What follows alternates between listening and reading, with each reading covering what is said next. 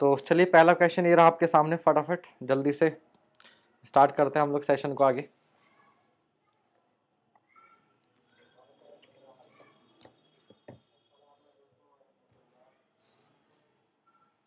तो सभी का आंसर भी आ गया है।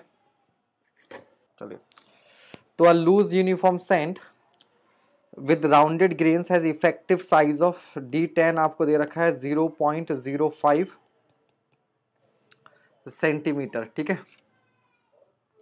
और आपसे पूछा है कोफिशिएंट ऑफ परमेबिलिटी, सभी का आंसर बिल्कुल सही आ रहा है।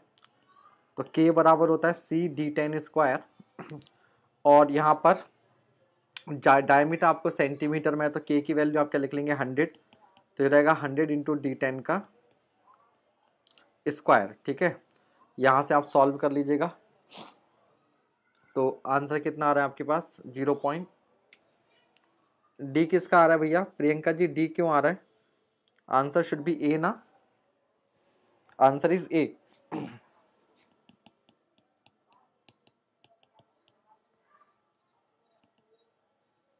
ठीक है 0.25, ठीक है। आज कैमरा बेटा, अभी कैमरा ऑन करने के हिसाब से क्या मेरी आईज जो है वो बहुत ज़्यादा ख़राब हो रखी हैं तो कैमरा ऑन करने के लिए क्या लाइट्स ऑन करनी पड़ती हैं, ठीक है। तो लाइट्स की वजह से मतलब ये समझ लीजिए बस मैं पढ़ा ही रहा हूँ, नॉन स्टॉप आंखों से पानी बह रहा है,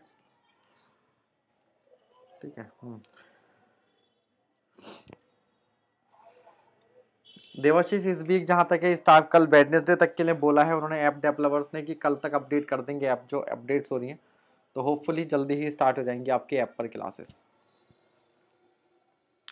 और अगर अपडेटेड ऐप नहीं आएगा तो जो ऐप है फिलहाल उसी में मैं क्लासेस स्टार्ट कर दूंगा इस वीक, ठीक है। चलिए नेक्स्ट क्वेश्चन कीजिए आप लोग। The coefficient of permeability of a soil is 5 into 10⁻⁻5 centimeter per second for a certain pore fluid. If the viscosity of the pore fluid is reduced to half, the coefficient of permeability will be, ठीक है। तो जो coefficient of permeability होता है वो क्या होता है, म्यू के इनवर्सली प्रोपोर्शनल होता है, म्यू के इनवर्सली प्रोपोर्शनल होता है। सी आंसर क्यों दे रहे हो भैया राजन? उमा जी भी सी आंसर कर रहे हैं। बेटा डबल हो जाएगा, the coefficient of permeability of a soil is 5 into 10⁻⁻5 centimetre पर सेकेंड। तो अगर विस्कोसिटी कितनी हो जाएगी, म्यू बाई 2 हो जाएगी, तो कितना हो जाएगा 2 की हो जाएगा, डबल हो जाएगा ना। तो आंसर इज बी, 5 का दुगुना 10, 10 into 10⁻⁻5 सेंटीमीटर पर सेकेंड। तो जो आंसर सी दे रहे थे वो थोड़ा सा ध्यान रखेंगे। Next question, next question, next question, ठीक है।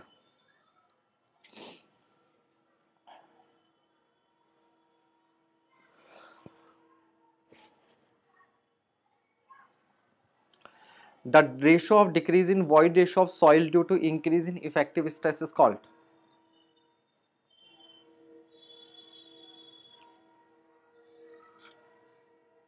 ठीक है। तो आपको मालूम है कोई सॉइल स्पेसिमन है और इस पर पहले से कुछ स्ट्रेस लग रही है, पहले से कुछ स्ट्रेस मान लो सिग्मा लग रही है। अब आपने इसमें क्या कर दिया, डेल्टा सिग्मा इफेक्टिव स्ट्रेस क्या कर दी, बढ़ा दी। तो जब हम लोग इफेक्टिव स्ट्रेस को बढ़ाते हैं तो वॉइड रेशियो क्या हो जाता है, डिक्रीज कर जाता है। तो delta E upon delta sigma is called coefficient of compressibility, coefficient of compressibility A B. और इसी ए बी को जब हम लोग क्या कर देते हैं 1/1 + E0 से डिवाइड कर देते हैं, तो यही क्या बन जाता था M B del E upon del sigma होगा ना, ठीक है। चलिए आगे बढ़ते हैं, अभी आ जाएगा आगे। नेक्स्ट क्वेश्चन वेरी इंपॉर्टेंट, इसको इंपॉर्टेंट मार्क कर लीजिएगा किसी भी एग्जाम के लिए। The value of compression index for a remoulded soil sample whose liquid limit is 40%. हाँ,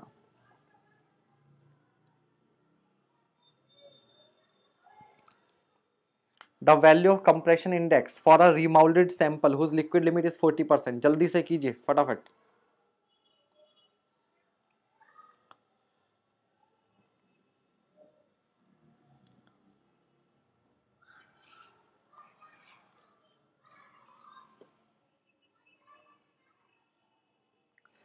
ए वालों कैलकुलेशन संभाल के करो, कैलकुलेशन में बेटा गलती कर रहे हो, ए नहीं होगा बी होगा, और वैसे भी बोला अगर ए ऑप्शन आए तो रीचेक कर लो। तो सीसी की जो वैल्यू होती है रीमाउल्डेड के लिए होती थी 0.007 WL-10, ठीक है, और अनडिस्टर्ब्ड के लिए होती थी 0.009। तो 0.007 इंटू लिक्विड लिमिट कितनी है 40, तो 40 में से 10 जाएगा, 30 से मल्टीप्लाई करोगे तो शायद 0.21 आएगा।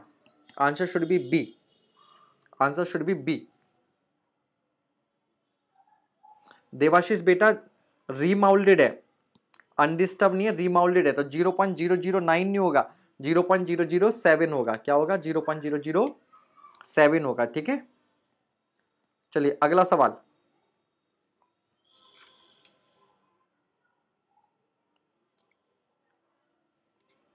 नेक्स्ट क्वेश्चन, नेक्स्ट क्वेश्चन कीजिए।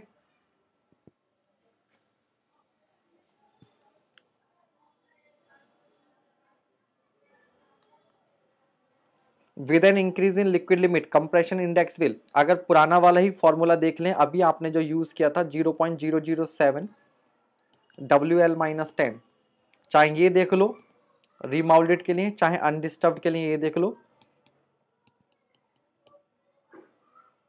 दोनों ही केसेस में हम लोग ये देख रहे हैं कि अगर WL बढ़ेगा, अगर लिक्विड लिमिट बढ़ेगी तो सीसी की वैल्यू क्या होगी? बढ़ेगी। डिक्रीज क्यों कर बोल रहे भैया?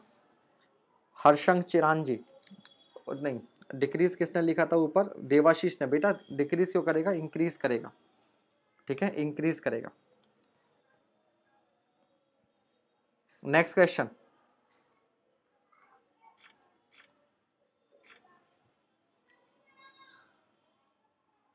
नेक्स्ट क्वेश्चन कीजिए। हाँ कोई बात नहीं, दो देवाशीष हैं, देवाशीष बेरा एंड देवाशीष ठीक है कोई बात नहीं।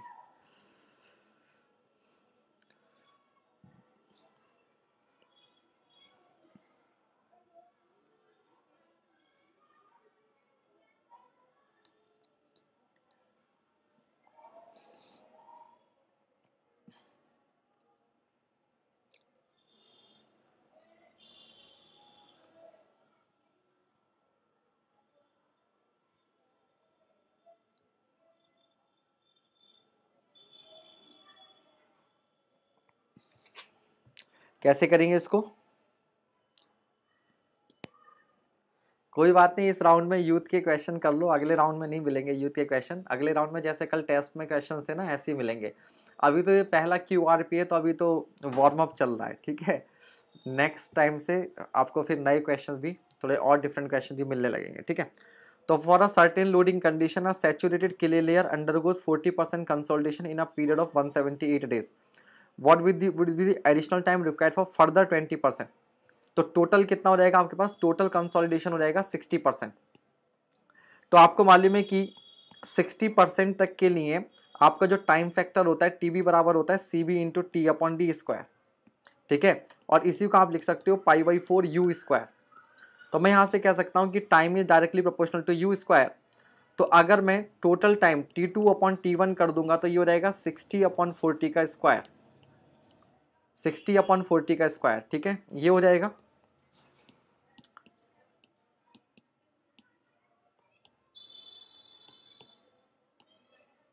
तो यहां से ध्यान दीजिएगा, यहां से ध्यान दीजिएगा, T2 बराबर कितना रहेगा? T1 कितना दे रखा है आपको? 178 दिन, 40% के लिए दे रखा है 178, तो ये हो जाएगा आपके पास 3/2 का स्क्वायर, है ना, 3/2 का स्क्वायर T2। तो जो डेल्टा टी एक्स्ट्रा टाइम जो चाहिए होगा वो चाहिए होगा T2 माइनस 178, ठीक है। और आप लोगों का आंसर बिल्कुल सही आ रहा है, 222.5, ठीक है। लेकिन मैं आप सबको यही कहूंगा, भले से आपने पहले कर रखा हो, आपको आंसर आता हो, बट फिर भी दोबारा से कैलकुलेट कीजिए, कम टाइम में कीजिए, कैलकुलेशन फास्ट करने की कोशिश कीजिए, बिकॉज एग्जाम में सेम डेटा आए ये कोई ज़रूरी नहीं है। एग्जाम में डेटा सेम आए ऐसा कोई ज़रूरी नहीं है, डेटा चेंज हो सकता है। तो प्रोसेस पर जो है आपको, प्रोसेस पे वर्क कमांड आपकी होनी चाहिए, ठीक है। चलिए नेक्स्ट क्वेश्चन,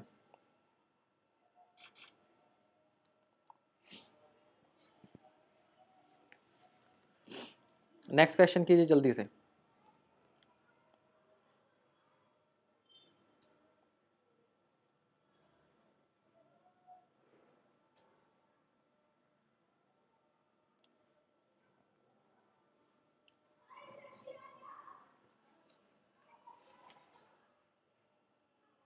इसको कीजिए solve.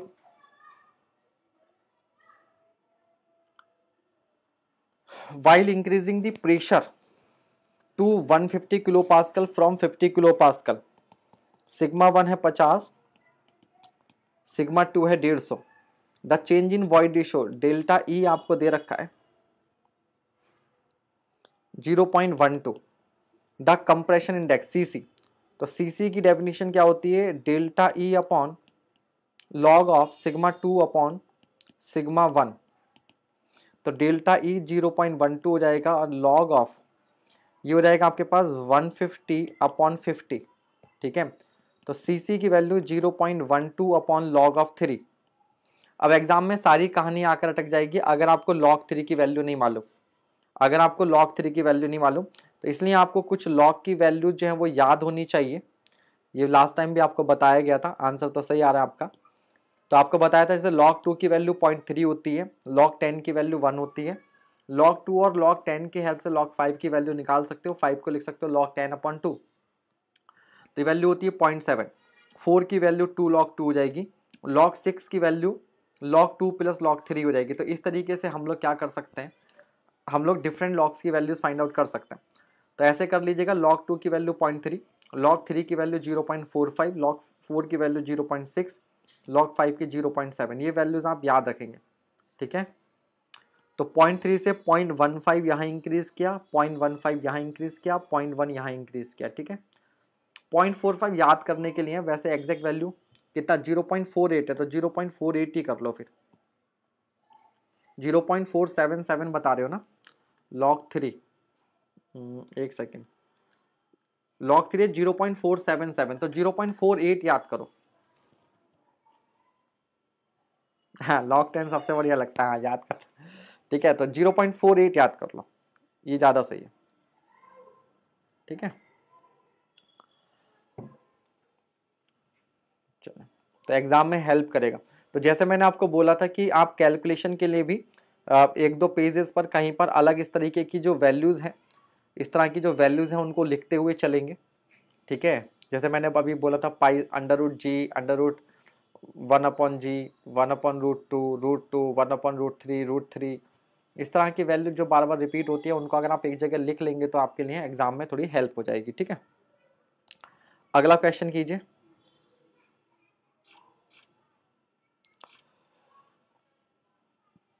Next question,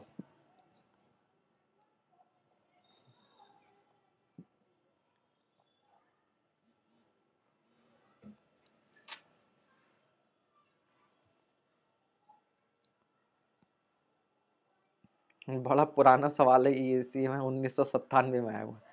the initial and final void ratio of a clay sample in a consolidation test are, E1 बराबर 1 दे रखा है और E2 बराबर 0.5 दे रखा है। Respect if the initial thickness of the sample H0 दे रखा है 2.4 centimetre, then its final thickness HF आपको दे रखा है। तो आपको मालूम है ये formula delta H upon H0 बराबर क्या होता है, delta E upon 1 plus E0 होता है, ठीक है। यहां से आप क्या फाइंड आउट करेंगे, डेल्टा H फाइंड आउट करेंगे, यहां से आप डेल्टा H फाइंड आउट करेंगे, then final thickness will be H minus delta H, माइनस कर देंगे, you will get the answer, ठीक है। आ रहा है सभी का, सभी का आ रहा है 1.8 centimetre, D option, very good, D option आ रहा है, बहुत बढ़िया। अगला क्वेश्चन, स्पीड बढ़ाइए, सबसे पहले आंसर करने की कोशिश कीजिए, ठीक है। स्पीड बढ़ाइए, सबसे पहले आंसर करने की कोशिश कीजिए, स्ट्रेट फॉरवर्ड क्वेश्चन है।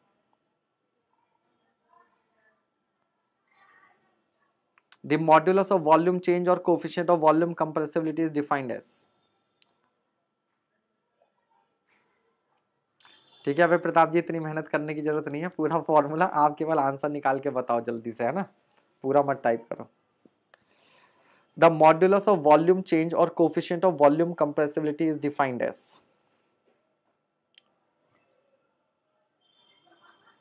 Coefficient of volume compressibility,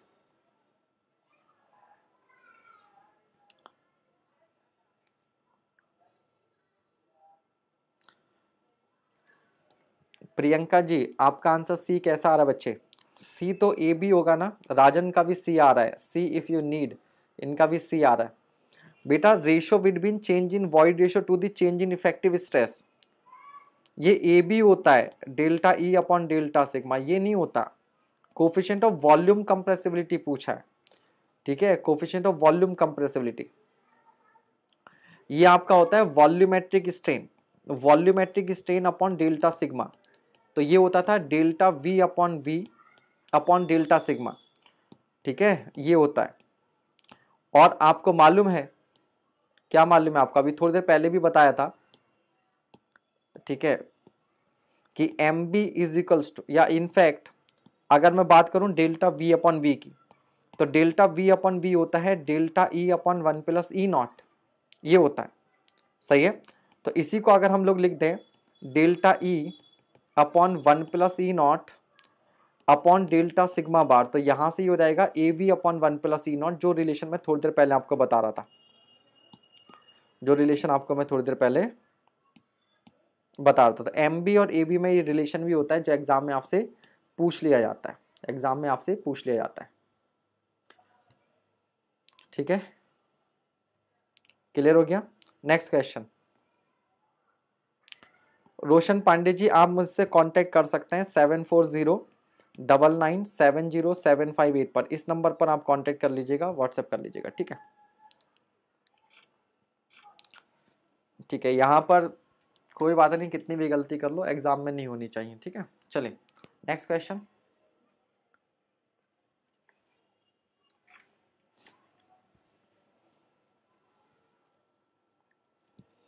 next question, Terzaghi's basic differential equation for one dimensional consolidation, Shiv Kumar answer दे रहे हैं बी, बाकी सब आंसर दे रहे हैं डी, तो इसका आंसर क्या होगा, डी होगा, del U upon del T बराबर C B del two U upon del Z square. याद रखिएगा, जो लेफ्ट साइड होती है इक्वेशन की, वो पोर वाटर प्रेशर को, यानी ठीक है, टाइम से रिलेट करती है, और राइट साइड में किससे डिनोट रिप्रेजेंट करती है, जेट के साथ वेरिएशन बताती है, ठीक है। ये दोनों साइड में उल्टा नहीं करना। चलिए अगला क्वेश्चन,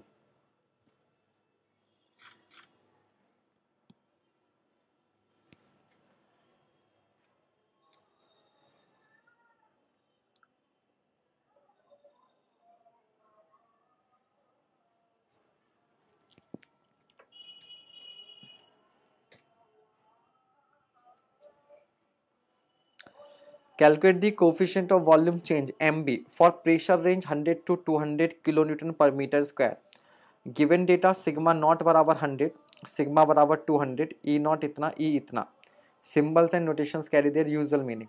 जल्दी से सॉल्व कीजिए। तो बेसिकली अभी जो फॉर्मूला बताया आपको उसी से हो जाएगा,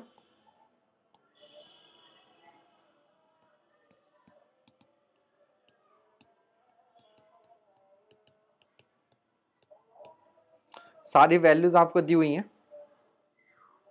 हाँ, U bar is pore water pressure, जी बिल्कुल, सारी वैल्यूज आपको दी हुई हैं, ठीक है। तो डेल्टा ई कितने का है, तो वॉइड रेशियो पहले था 1.121 का और बाद में है 0.964 का, तो ये हो जाएगा आपके पास 1.121 minus 0.964 upon 1 plus 1.121 into 1 upon delta sigma. Delta sigma क्या है, 200 में से 100 गया 100, बस आपको केवल इस वैल्यू को क्या करना है, सॉल्व करना है, आपने इसे केवल क्या करना है, सॉल्व करना है, आपका आंसर आ जाएगा। आंसर आ रहा है सभी का, ए आ रहा है answer, very good, option is A, ठीक है, option is A. Next question, next question,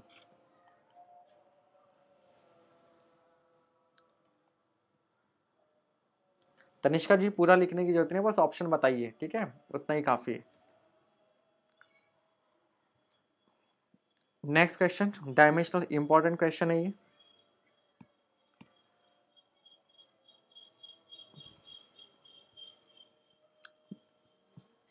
वैसे तो सारी क्वेश्चन इंपॉर्टेंट है बट ये बिल्कुल आने चाहिए हर समय।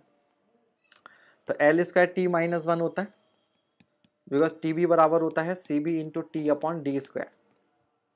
ये तो आपका डायमेंशन लेस होता है, तो ठीक है, तो सी बी बराबर क्या हो जाएगा, सी बी बराबर हो जाएगा T B into D square upon T. तो ये आपका डायमेंशन लेस है, तो डी क्या हो जाएगा, मीटर स्क्वायर पर सेकेंड, है ना, L square T minus one. ठीक है, बहुत बढ़िया। Next question.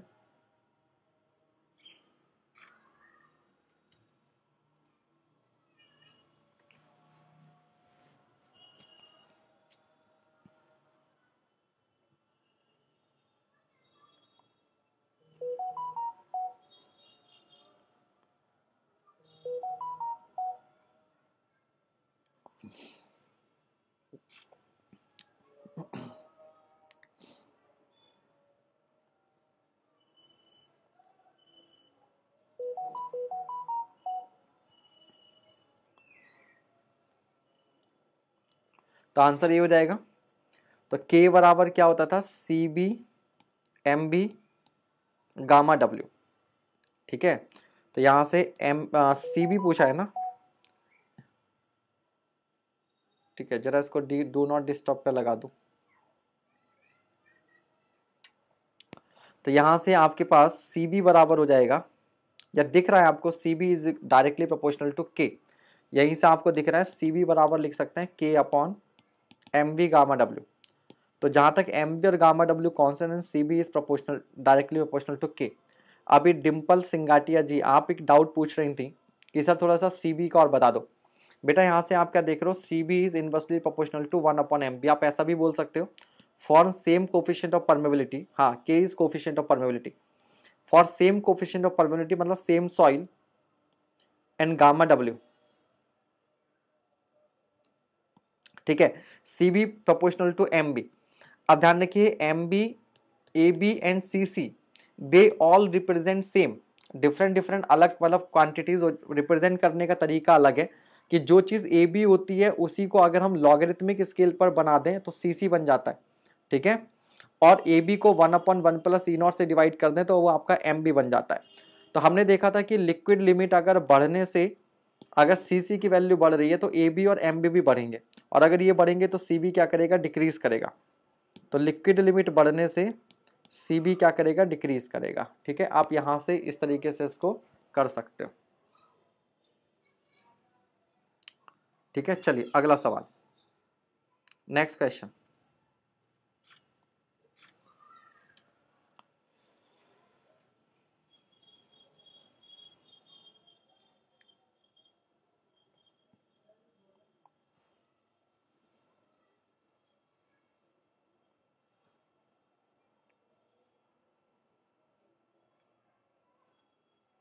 A consolidated drained triaxial test, CD test है, was conducted on a granular soil.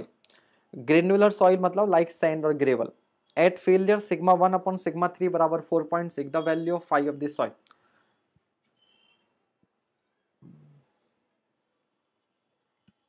अच्छा रोशन जी, ठीक है, तो बिना कैलकुलेटर के करना थोड़ा सा मुश्किल है। आप जानते हैं सिग्मा 1 बराबर क्या होता है, sigma 3 10 square 45 plus 5/2 plus 2c 10 45 plus 5/2। अब क्योंकि ग्रेनुलर सॉइल है तो सी की वैल्यू 0, ये खत्म हो गया, तो यहाँ से सिग्मा 1 अपॉन सिग्मा 3 क्या हो जाएगा, 10 स्क्वायर 45 प्लस 5/2 हो जाएगा। तो यहाँ से आपको सिग्मा 1 अपॉन सिग्मा 3 की वैल्यू 4.6 दी हुई है, तो 4.6 बराबर 10 स्क्वायर 45 प्लस 5/2। यहाँ तक तो कोई दिक्कत नहीं है, यहाँ तक तो कोई दिक्कत नहीं है, बट इसके आगे की कैलकुलेशन कैसे होंगी, आपके पास कैलकुलेटर से होंगी, आप सॉल्व कर लीजिएगा। तो फाई की वैल्यू कितनी रहेगी, 40 रहेगी।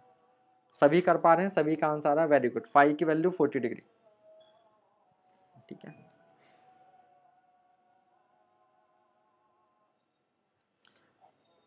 It's simple, it is very simple. आप टेलीग्राम ग्रुप में जाइए, वहाँ से आपको मिल जाएंगे। टेलीग्राम का जो लिंक है वो वीडियो के डिस्क्रिप्शन में अभी नहीं है, बट पुराने लेक्चर्स के डिस्क्रिप्शन में आपको मिल जाएगा। कोई भी पुराना लेक्चर देखना, उसके डिस्क्रिप्शन में मिल जाएगा।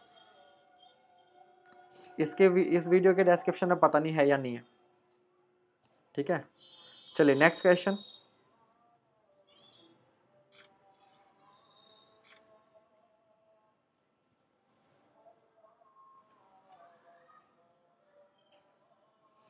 साइन अल्फा बराबर सिग्मा, साइन फाइव बराबर sigma one minus sigma two upon sigma one plus sigma, ऐसे भी कर लो, सारे फॉर्मूले एक ही उससे आते हैं। The phenomena when soil does it loses its shear strength due to oscillatory motion is called known as liquefaction.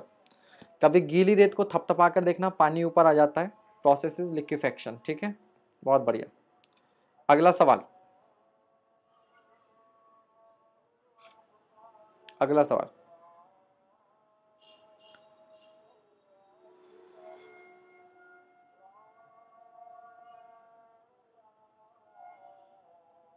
if phi be the angle of shearing resistance, the angle of the failure plane with the major principal plane। याद रखिएगा, सवाल पढ़ते समय इन शब्दों का आपने ध्यान देना, ये नहीं कि बस गए और तुरंत टिक लगा दिया कि थीटा फेलियर बराबर 45 प्लस 5/2। प्लेन का भी ध्यान रखना, कहाँ से पूछा है, मेजर से पूछा है या माइनर से पूछा है। तो this angle from major, major principal plane, major principal plane. अगर यही क्वेश्चन में आपसे माइनर से पूछ लेता तो ये हो जाता 45 माइनस 5/2। ठीक है, फाउंडेशन में इस तरह के सवाल आ रखे हैं। अच्छा, लास्ट आया है बार्क में, ओके ठीक है, तो ये गलती होने के चांसेस हो जाते हैं, तो ध्यान रखिएगा।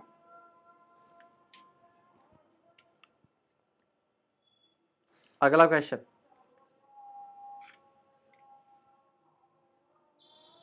बिल्कुल जगन्नाथ जी, हमारे वार्डन सर थे डीसी में, उनका नाम जगन्नाथ ही था, जग्गा बॉस। तो कभी कभी छापा मारने आते थे हॉस्टल में, तो चारों तरफ त्राहिमाम बच जाती, जग्गा आ गया। चलिए, in a direct shear test on sand C is equal to 0, area of circular box was 50 centimeter square, normal load was 750 kilonewton and failure load was 460 kilonewton, 5 will be। बताइए भाई इसको कैसे करेंगे।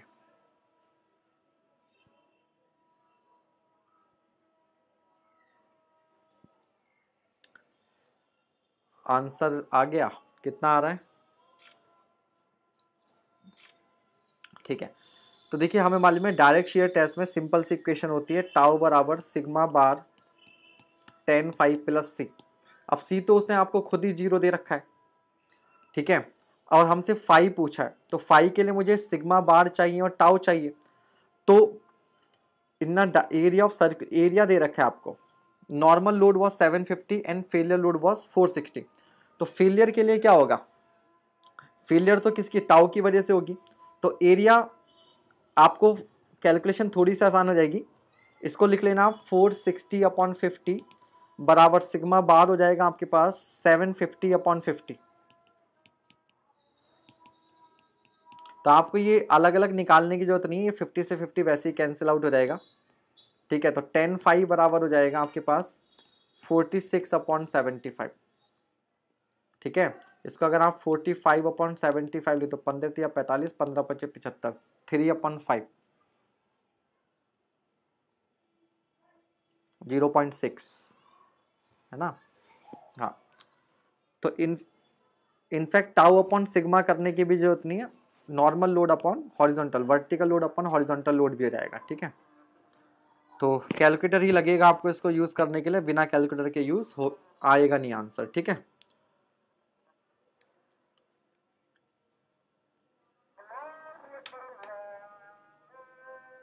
चलिए, बिना कैलकुलेटर के नहीं होगा बालक, बिना कैलसी के नहीं कर सकते। मैं वही सोच रहा था कि कुछ ऐसा बन जाए कि बिना कैलकुलेटर के आप कर पाए, बट नहीं कर पाओगे। यूपीपीएससी इस टाइम में आया हुआ है, बिना कैलकुलेटर के कैसे कीजिएगा।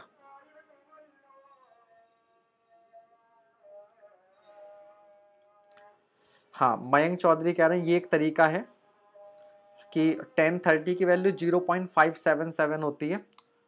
ठीक है, तो उससे थोड़ा स्लाइटली ज़्यादा आ रहा है, तो वहां से आप टिक लगा सकते हो।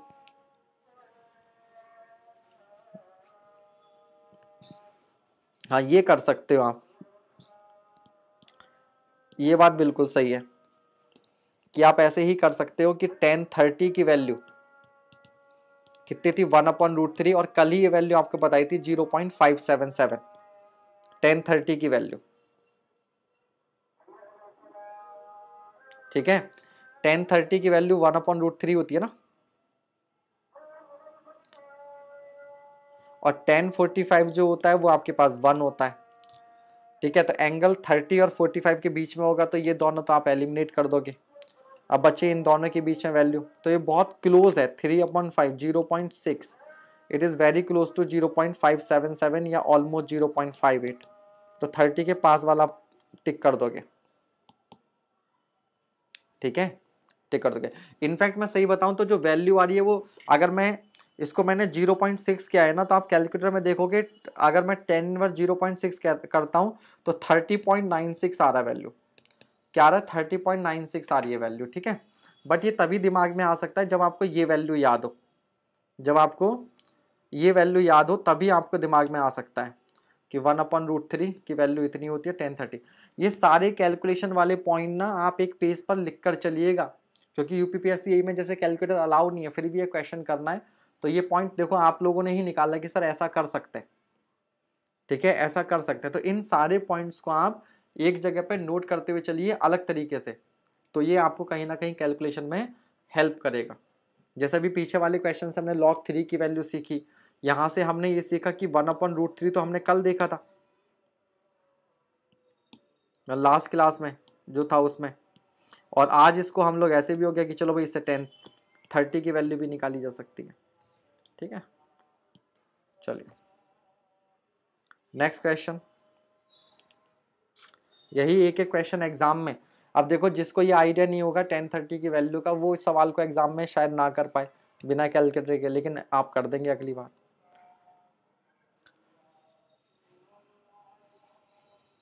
क्या क्या नोट करें सर बेटा कामयाब होना है तो समझ रहे हो भीड़ से हटना है तो भीड़ से हटकर कुछ करना पड़ेगा ना। भीड़ से निकलना है तो भीड़ से हटकर कुछ करना पड़ेगा।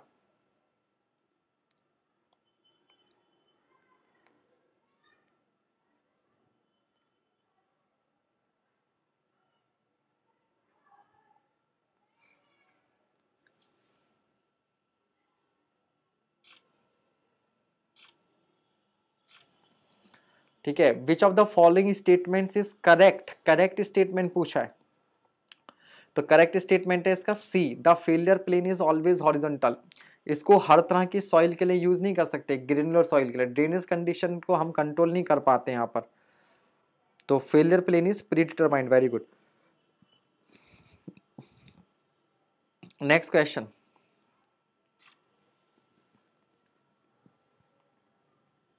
नेक्स्ट क्वेश्चन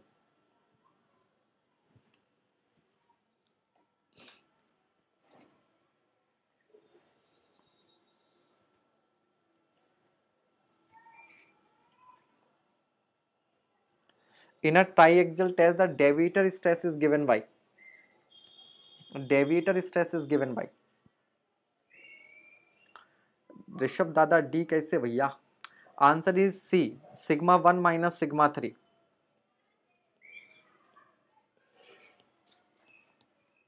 तो पहले अपन क्या लगाते हैं सेल प्रेशर हर तरफ से σ0 σ0 σ0 σ0 σ0 फिर वर्टिकल डायरेक्शन में हम लोग क्या कर देते हैं डेल्टा सिग्मा ऐड कर देते हैं तो ये क्या बन जाता है σ3। ठीक है और σ0 को हम लोग σ1 बोल देते हैं तो डेल्टा सिग्मा क्या हो जाता था σ3 माइनस σ1 और इनफैक्ट ये किसके बराबर है मोहर सर्किल के डायमीटर के बराबर है। यहीं से ये भी याद रखिएगा it is equal to diameter of Mohr circle क्योंकि जो मोहर सर्किल की रेडियस होती थी मोहर सर्किल की रेडियस होती थी σ1 माइनस σ3/2 जो कि टाउ मैक्स के बराबर होती थी। इम्प्लाइज दैट σ1 माइनस σ3 बराबर 2r बराबर डेल्टा सिग्मा या डेविएटर स्ट्रेस। ठीक है डेविएटर स्ट्रेस। अगला सवाल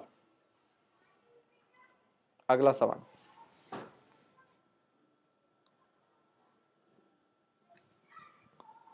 क्यों भैया मेघा जी ने ऐसा क्या कर दिया जो आप ऐसी बातें कर रहे हो। मुझे तो उनका ऐसा कोई कमेंट नजर नहीं आ रहा ऊपर तक।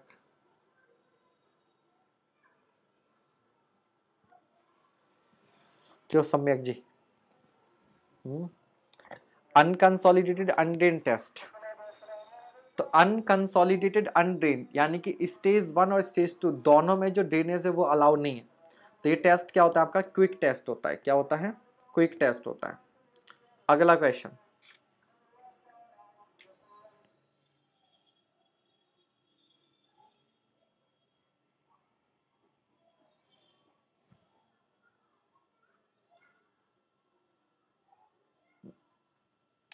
Unconfined compression test is generally applicable to, ठीक है।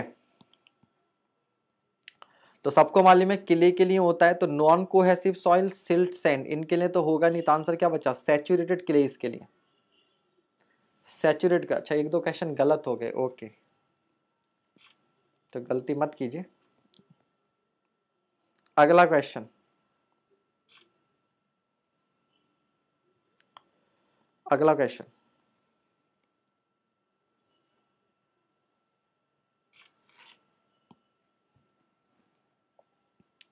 इसको जरा आप लोग कीजिए, तब तक मैं इसमें कुछ in an undrained triaxial test, undrained triaxial test on a saturated clay the Poisson ratio is.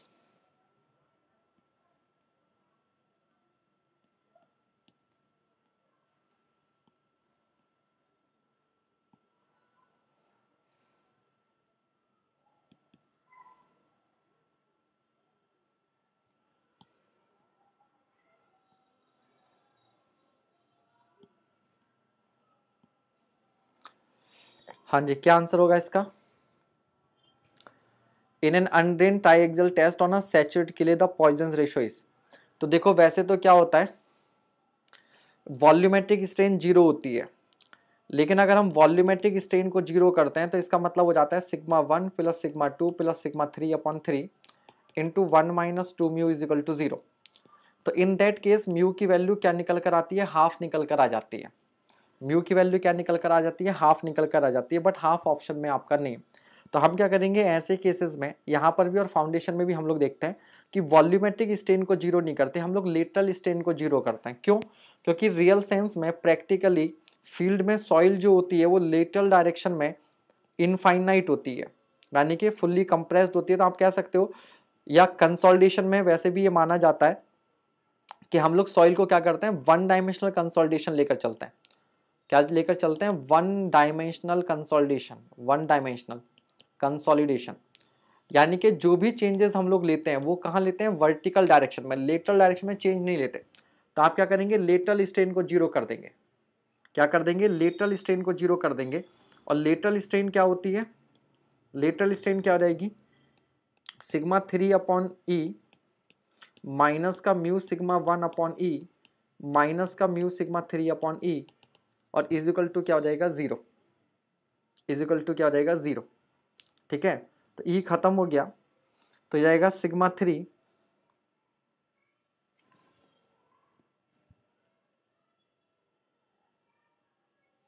या पहले तो प्लस ही नहीं, ठीक तो है। सारे आपके पास क्या है? ये कंप्रेसिव है ना।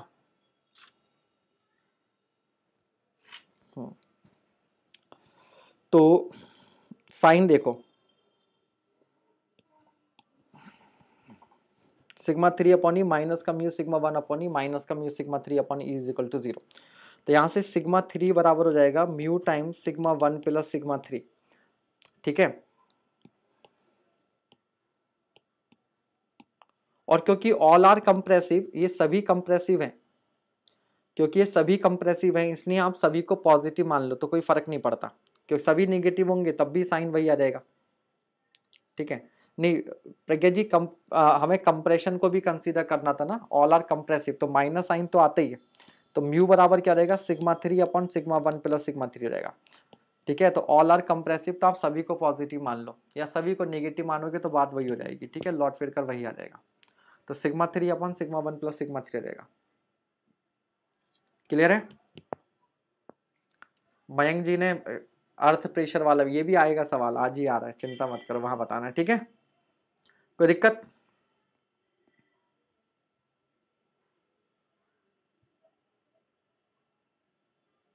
सर ये तो एक्स वाई जेड डायरेक्शन के अकॉर्डिंग। हाँ, तो हम लेटरल क्या होगा? हॉरिजॉन्टल में होगा ना। तो आपको मालूम है वर्टिकल डायरेक्शन में क्या लग रहा है? सिग्मा 1 और हॉरिजॉन्टल में सिग्मा 3 और इधर भी क्या लग रहा है, सिग्मा 3 लग रहा है।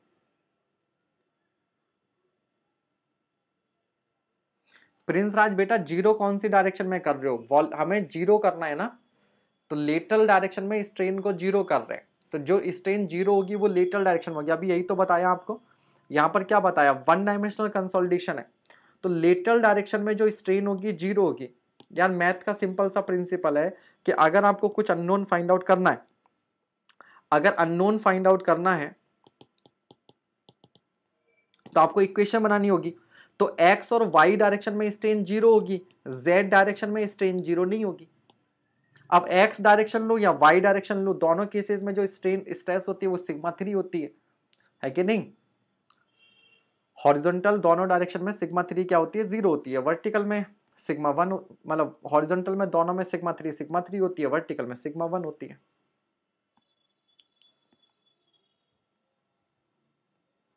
अगला सवाल, टाइमिंग बढ़ाइए सर क्लास की, स्टडी टैक्सेबल। बेटा टाइमिंग मेरे हाथ में होती ना मैं जरूर बढ़ा देता, अभी ऑलरेडी 4 क्लासेस हो रही हैं, अभी बिल्कुल भी फुर्सत नहीं मिल पाती है ना। अभी ऑलरेडी 4 बैचेस हैं आपका, एसएससी जेईई मेंस का है, इंजीनियरिंग सर्विसेज प्री का है, विजन बैच है आपका, उसमें मैकेनिक्स चल रहा है, और यहाँ पर आपका ये क्यूआरपी है। थोड़ा सा आगे जाके बढ़ाएंगे टाइम, थोड़ा सा अगर एसएससी जेईई मेंस और ईएससी से फ्री हो जाएंगे फिर क्यूआरपी का टाइम बढ़ा देंगे, है ना, अभी तो ऐसे ही करना पड़ेगा वाला। चलिए नेक्स्ट क्वेश्चन कीजिए।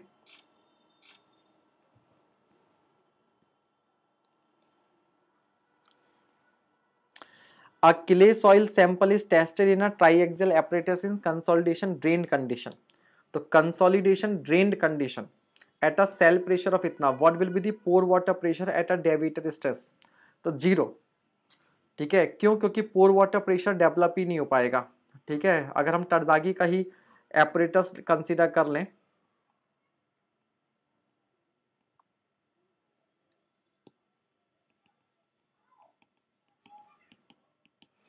आप इस पर कुछ भी लोड लगाओगे तो वो लोड क्या होगा, जैसे लोड इस पर लगेगा जो वाटर है वो बाहर आ जाएगा, और सारा का सारा लोड किस पर ट्रांसफर होता जाएगा, स्प्रिंग्स पर। ठीक है, तो पोर वाटर प्रेशर डेवलप ही नहीं होगा। ठीक है, तो आंसर इज ए, जीरो। हालांकि अगर ऑप्शन ए आ रहा होता है तो उसको एक बार रीचेक करना होता है, बट ठीक है। अगला सवाल, shear failure of soils takes place when?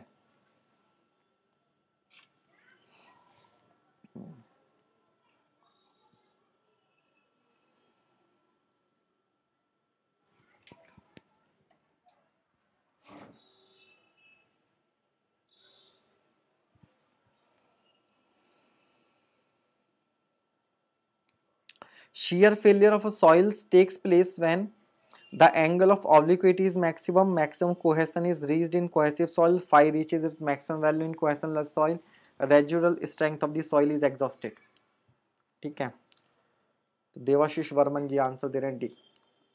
ठीक है, चलिए ध्यान दीजिए, इसमें आपको बेटा ये बताया गया था जब मैंने मोहर सर्किल बताया था आप लोगों को इस तरह से, और इसका जो फेलियर एनवेलप था वो इस तरह से बताया था। फेलियर एनवेलप ये आपका मान लीजिए फेलियर एनवेलप था, तो हमने ये कहा था कि देखो मैक्सिमम शियर स्ट्रेस जो होती है वो इस पॉइंट पर होती है, बट ये मैक्सिमम शियर स्ट्रेस पर फेल नहीं करता। क्यों, क्योंकि यहाँ पर देखा जाए तो ये जो लाइन होती है, this line is tau is equals to sigma bar ten five plus C. तो ये जो लाइन होती है सॉइल की शियर स्ट्रेंथ को रिप्रेजेंट करती है। तो जिस पॉइंट पर शियर स्ट्रेस मैक्सिमम होती है, जिस पॉइंट पर शियर स्ट्रेस मैक्सिमम होती है उस पॉइंट पर एक्चुअल में शियर स्ट्रेंथ ज्यादा होती है। इट इज लाइक कि मंथ की स्टार्टिंग में आपके अगर खर्चे ज्यादा है तो आपको सैलरी भी मिली है, पैसा भी ज्यादा है, तो इस पॉइंट पर अगर खर्चा ज्यादा है तो पैसा भी ज्यादा है। दिक्कत कहाँ पर है, इस पॉइंट पर। इस पॉइंट पर क्या है कि सॉइल की शियर स्ट्रेंथ और सॉइल की मैक्सिमम स्ट्रेस दोनों क्या है, सेम है। इस पॉइंट के पहले और इस पॉइंट के बाद में जो शियर स्ट्रेस है वो शियर स्ट्रेंथ से कम है, क्योंकि ये जो लाइन होती है this line represent shear strength and this मोहर सर्किल रिप्रेजेंट शियर स्ट्रेस। तो ये समझ लो ये अप्लाइड लोड है और ये स्ट्रेंथ है, इस पॉइंट पर दोनों बराबर हो रहे हैं तो फेलियर यहां होगी। And what is maximum angle of obliquity, तो इस पॉइंट को आप क्या कर देंगे, जब ओरिजिन से मिला देंगे, इस पॉइंट को क्या कर देंगे, ओरिजिन से मिला देंगे, then this point is called angle of maximum obliquity. ठीक है, ये बात समझ में आ गई।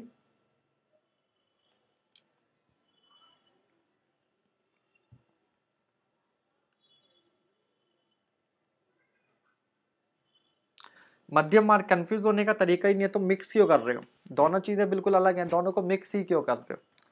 एंगल ऑफ रिपोज अलग चीज है। एंगल ऑफ रिपोज कहाँ पर यूज होता है, किसी इंक्लाइन प्लेन पर, किसी इंक्लाइन प्लेन पर जब आप किसी ऑब्जेक्ट की स्टेबिलिटी को देखते हो तो एंगल ऑफ रिपोज होता है आपका। उसके लिए मैकेनिक्स की क्लास अटेंड करो, कल ही पढ़ा है मैकेनिक्स में, angle of repose and angle of friction, यहाँ पर उसकी बात ही नहीं हो रही। ठीक है, अननेसेसरी चीज़ों को मिक्सअप नहीं करना चाहिए, चीज़ों को सिंपल रखोगे सुखी रहोगे। ठीक है, यहाँ पर बात हो रही है सिंपल सा, तो आपको बता दिया कि this is shear strength, this is shear stress, इस पॉइंट पर फेल हो रही है, इसको यहाँ से मिलाया angle, this angle is beta, this is angle of obliquity. आपको जरूरत क्या है इसको एंगल ऑफ रिपोज से मिक्सअप करने की। ठीक है, चलिए बाकी जहां कहीं अगर कुछ कनेक्शन होगा वो आपको बता ही दिया जाएगा। क्लियर हो गया। ठीक है, अब बेसिकली देखा जाए तो आप चाहो तो ये एंगल फाइंड आउट भी कर सकते हो। ठीक है, चलो खैर, और डिटेल में जानना हो तो थ्योरी वाले मैराथन क्लासेस देख सकते हो, वहां इसको बताया गया। अगला सवाल पढ़िए।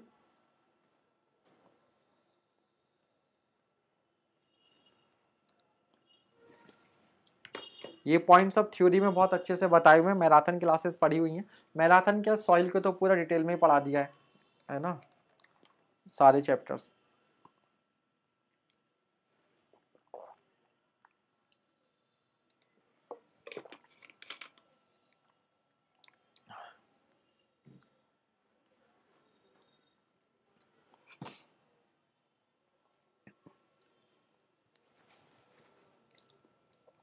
The shear strength of a pure clay specimen when tested in an unconfined compression test was found to be 100 kilopascal. If the same specimen was tested in triaxial compression test, पहले unconfined था, अब triaxial compression test, the deviatoric stress at which specimen will undergo failure when the confining stress was 50 kilopascal will be. ठीक है, बताइए भैया।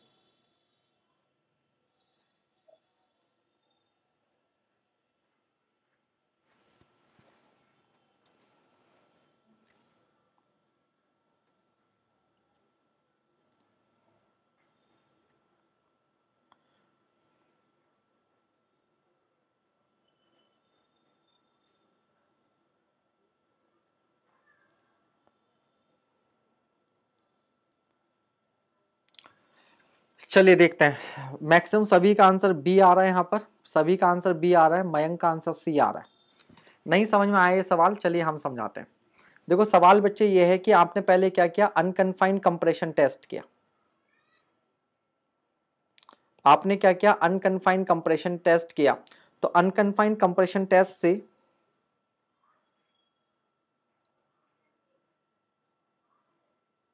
और ये shear strength ही calculate की है, तो यहां से बेसिकली निकलता क्या है, क्यू यू की वैल्यू आती है, बट यहां पर उसने डायरेक्टली आपको शियर स्ट्रेंथ दे रखी है। शियर स्ट्रेंथ मतलब टाउ, तो टाउ बराबर क्या होता है, sigma bar ten five plus सी होता है। लेकिन आपको मालूम है किले की जो शियर स्ट्रेस होती है वो सीधे सीधे कोहेसन के बराबर होती है, और ये होती है क्यू यू अपॉन टू। तो यहाँ पर आपको क्यू यू नहीं दिया 100, आपको 100 जो है वो डायरेक्टली टाउ की वैल्यू दी है, यानी कि कोहेसन आपको सीधे सीधे दिया हुआ है 100, कोहेसन आपको सीधे सीधे क्या दिया हुआ है, 100 दिया हुआ है। सही है। अब एक बात बताओ, अगर आप मोहर सर्किल बनाओगे भी,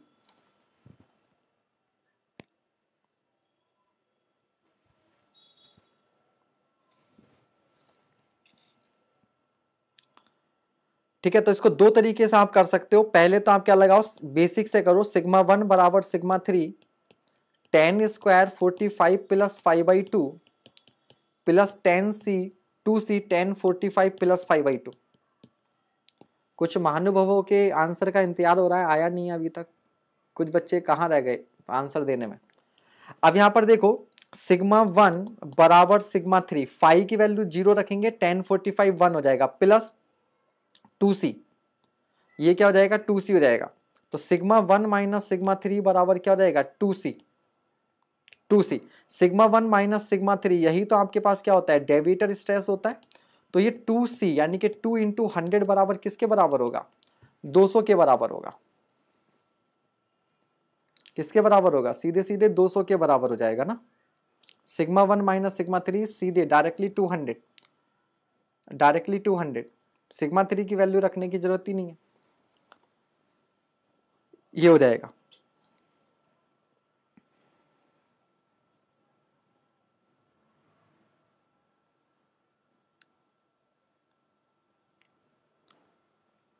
क्लियर हो गया सभी को। तो एक तो यहां पर स्टार्टिंग में डेटा याद रखना है कि जनरली अनकन्फाइंड कंप्रेशन टेस्ट को पढ़ते ही हम इसे क्यू यू सोच लेते हैं और सोचते हैं कोहेशन इसका हाफ होगा, जबकि यहां पर डायरेक्टली आपको टाउ की वैल्यू दे रखी है। ठीक है, फाइव बेटा जीरो लेंगे ना, किले है, प्योर किले के लिए फाइव की वैल्यू कितनी होती है, प्योर किले के लिए फाइव की वैल्यू 0 होती है, शून्य बटे सन्नाटा। ठीक है, आगे बात समझ में। तो यहां पर सीधे सीधे सिग्मा 1 माइनस सिग्मा 3 निकालिए, सिग्मा 1 और सिग्मा 3 को अलग अलग सॉल्व मत कीजिए। एक तो ये था, दूसरा हमने क्या किया था, दूसरा हमने अभी देखा था कि जो थोड़ी देर पहले बताया था कि जो सिग्मा है sigma D that is radius of Mohr circle, आपको बताया था सिग्मा 1 माइनस सिग्मा 3, और ये क्या होता है 2 टाउ के बराबर होता है। किसके बराबर होता है 2 टाउ। अभी तो पीछे किया था, अभी पीछे आपको एक क्वेश्चन में बताया था कि मोहर सर्किल का जो डायमीटर होता है वो रेडियस का डबल यानी कि शियर स्ट्रेंथ का डबल था। तो शियर स्ट्रेंथ कितनी थी यहाँ पर 100, तो 100 का डबल कितना हो जाएगा 200।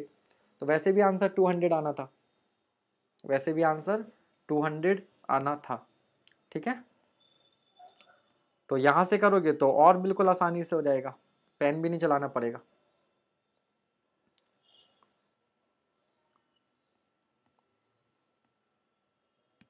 ये शायद बता रखा है आपको ना, ये देखो।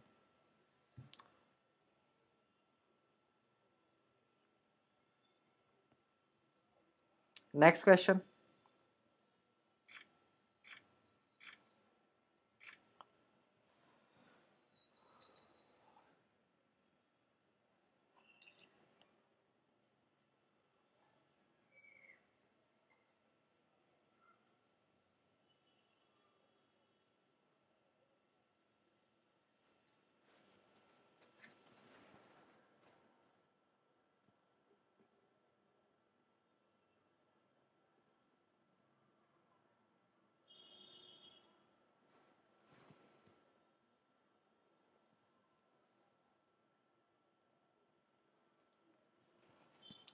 नेक्स्ट क्वेश्चन कीजिए, क्या आंसर आ रहा है। अ वेन 20 सेंटीमीटर लॉन्ग, वेन की लेंथ यानी कि एक तरह से हाइट दे रखी है, डायमीटर दिया है, was pressed into soft marine clay at the bottom of a bore hole, torque was applied gradually and failure occurred at 2000 kilogram पर सेंटीमीटर स्क्वायर होना चाहिए।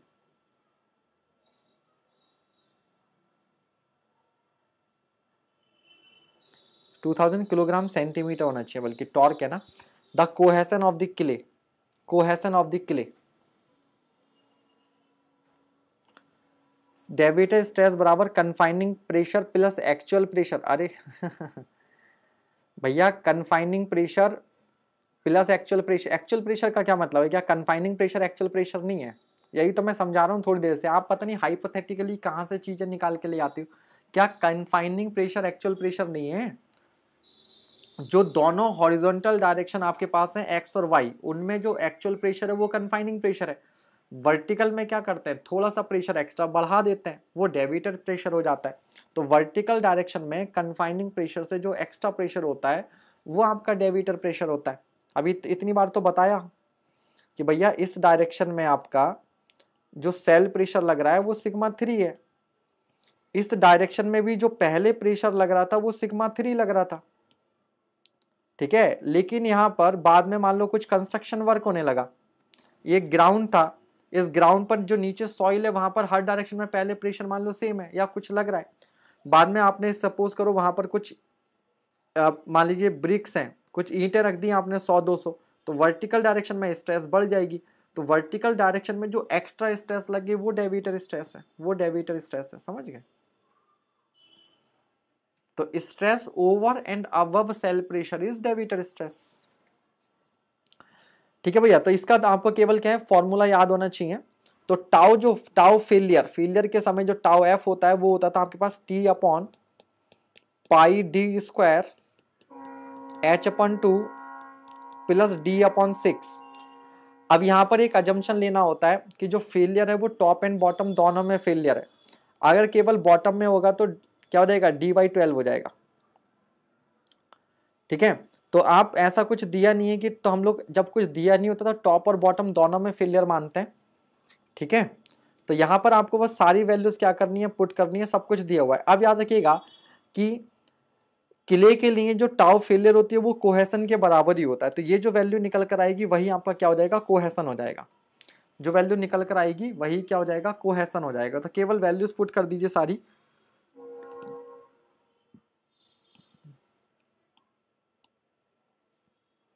पुट ऑल दी वैल्यूज, बस यूनिट का ध्यान रखिएगा। तो वैसे तो सारी यूनिट जो है आपके पास किलोग्राम और सेंटीमीटर में ही रख देंगे, तो इसका आंसर जो आएगा वो आएगा 12/7 पाई। क्या आएगा, 12/7 पाई आएगा।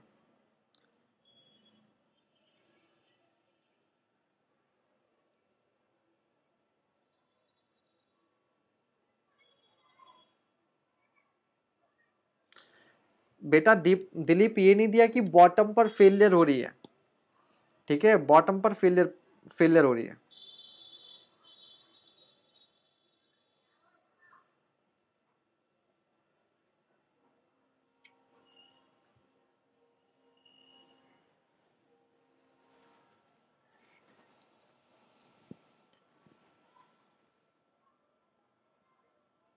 अच्छा चलो एक काम करते हैं, मान लेते हैं कि जैसे मान लेते हैं कि यहां पर ये जो लिया है अगर इसको हम थोड़ा सा और गौर से पढ़ें। यार भैया जी बस एक रिक्वेस्ट है, आप कृपया कर यहाँ पर मुझे अपने तरीके से चलाने की कोशिश मत कीजिए। ठीक है, जैसे मैं करा रहा हूँ वैसे कर लीजिए, नहीं तो बाद में 2 की स्पीड पर देख लीजिएगा, स्पीड बढ़ाकर। ठीक है, सवाल कई बार क्या होता है कि हम जैसा जिस सवाल को जितना समय देना है उसको देना पड़ता है, यही छोटी छोटी गलतियां होती हैं कि एग्जाम में गड़बड़ हो जाएगी। अभी किसी और का डाउट है, थोड़ी देर बाद में आपका डाउट हो सकता है, फिर दूसरा कहने लगे कि सर तेज चलिए चलिए, ऐसे थोड़ी ना होता है बालक। ठीक है, मैं टीचर हूँ, मुझे पता है किस सवाल को कितना समय देना और कैसे चलना है। इतना थोड़ा सा एक बेसिक कॉमन सेंस रखो। यहाँ पर ध्यान दो, गलती क्या हो सकती है। A vein 20 centimeter long and 10 centimeter in diameter was pressed into soft marine clay at the bottom of a borehole। तो यहाँ पर ये भी तो हो सकता है ना कि वो कहे कि भाई ये बोर होल है और इस बोर होल के बॉटम में सॉफ्ट क्ले थी, यहाँ पर सॉफ्ट क्ले थी। तो यहाँ से ये भी तो हिंट मिल सकता है ना कि जो फेलियर हो रही है केवल वो यहाँ पर हो रही है, बोर होल के बॉटम पर। ठीक है,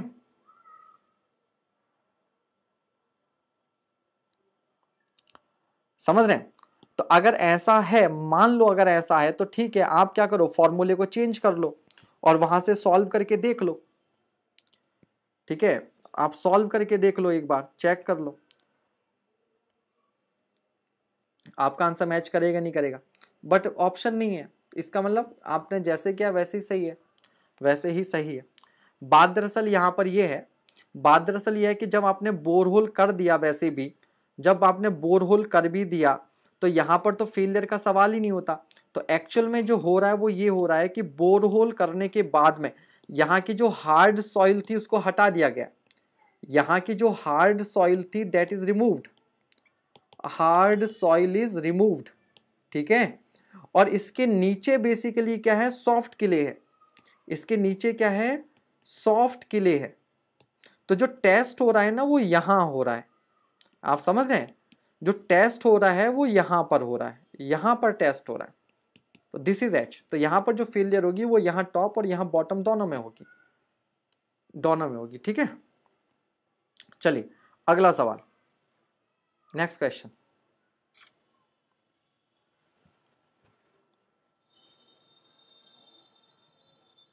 नेक्स्ट क्वेश्चन कीजिए।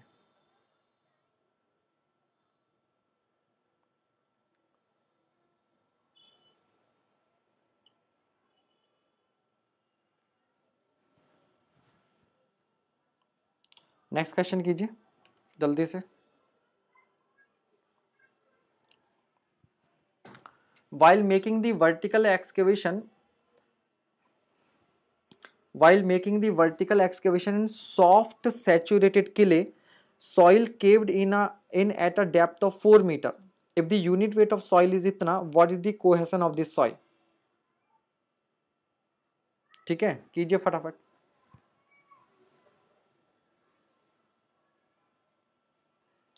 दिलीप तुम्हारा आंसर 40 आ रहा है, मयंक का आंसर सी आ रहा है, जल्दी से कीजिए।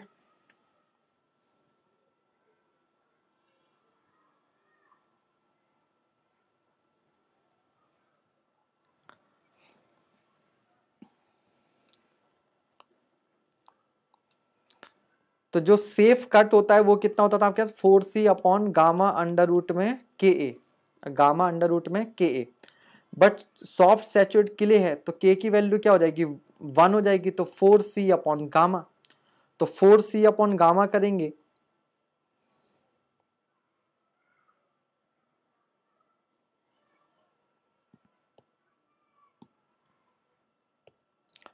तो c की वैल्यू कितनी हो जाएगी, गामा एच सी अपॉन 4 हो जाएगी। तो गामा कितना दे रखा है आपको, 20,000। एच सी कितना दे रखा है आपको, 4 दे रखा है। इतना अच्छा तो डेटा दे रखा है, उसमें भी आप लोग गलती कर रहे हो। तो 20 किलो न्यूटन पर मीटर स्क्वायर आ रहा है ये तो, और आप आंसर दे रहे हो मुझे B.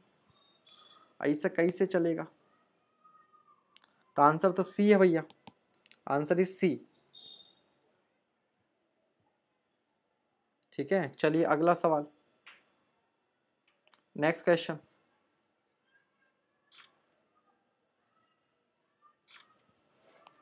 Next question,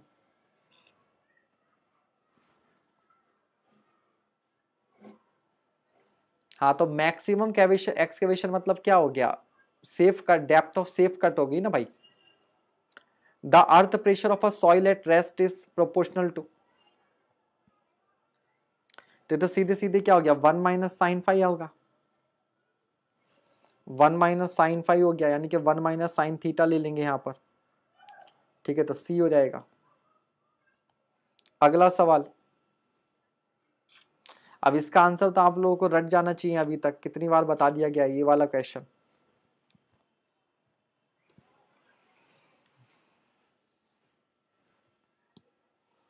The Poisson's ratio of soil sample 1 and 2 are mu1 and mu2 respectively, and the coefficient of earth pressure at rest for soil 1 and 2 are k1 and k2.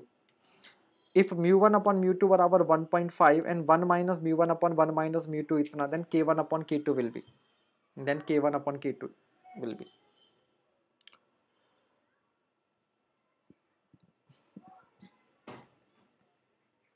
Answer याद है इसका? Answer याद है, B option. ठीक है, तो basically देखें तो mu1 अपॉन mu2 आपको दे रखा है 1.5 and 1 minus mu1 upon 1 minus mu2 दे रखा है आपको 0.875, और आपसे पूछा है k1 अपॉन k2। तो k1 क्या हो जाएगा, mu1 अपॉन 1 माइनस mu1, और k2 क्या हो जाएगा, mu2 अपॉन 1 माइनस mu2। तो ये हो जाएगा mu1 upon mu2 into 1 minus mu2 upon 1 minus mu1, यही हो जाएगा ना। तो mu1 अपॉन mu2 दे रखा है 1.5, और ये क्या है, ये बेसिकली 0.875 का रेसिप्रोकल है, तो 1 अपॉन 0.875, इस वैल्यू का आपने सॉल्व करना है। यूपीपीएससी यही में आया था। ठीक है, ठीक है।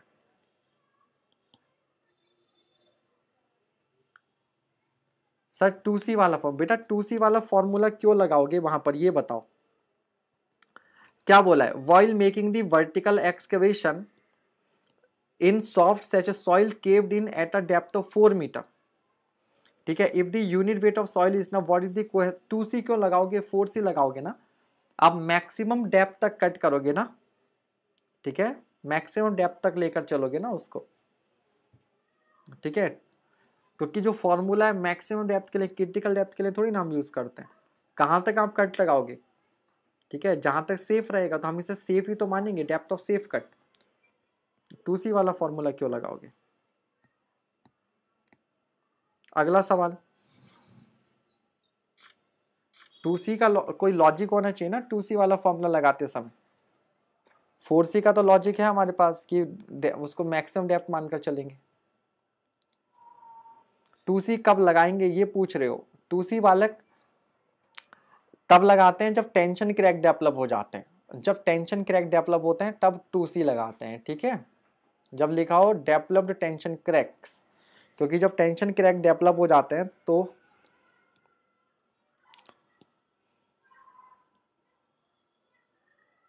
एक्चुअल में ये होता है, ठीक है। तो ये जो डेप्थ होती है आपके पास, ये 2c अपॉन गामा होती है, 2c upon gamma under root के। तो यहाँ का जो टेंशन होता है वो यहाँ तक के कंप्रेशन को क्या करता है, क्या करता है, बैलेंस करता है। तो ये टोटल डेप्थ जो हो जाती है वो h हो जाती है।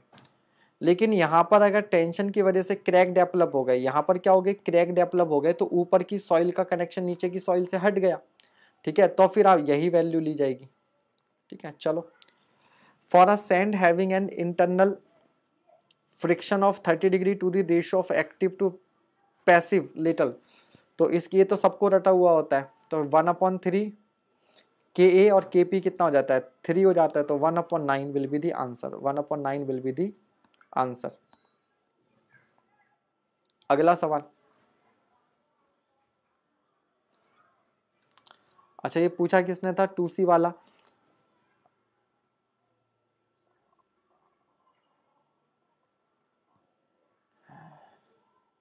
Study take. 2c कब लगाएं सर, मैं ये पूछ रहा हूँ। देखो बेटा, अब थोड़ी देर पहले आप ही कह रहे थे, अब कोई दूसरा बच्चा इसी में अभी टोक दे जरा सा, है ना, अभी जरा सा टोक दे कि सर आगे बढ़ो, टाइम क्यों खराब कर रहे हो, फिर ये होता है। कहीं पर आपको कुछ डाउट हो सकता है, कहीं दूसरे बच्चे को डाउट हो सकता है, हमें तो सबको लेकर चलना है ना, हमें तो सबको लेकर चलना है। An unsupported vertical cut may be made in cohesive soil to a height of, ठीक है।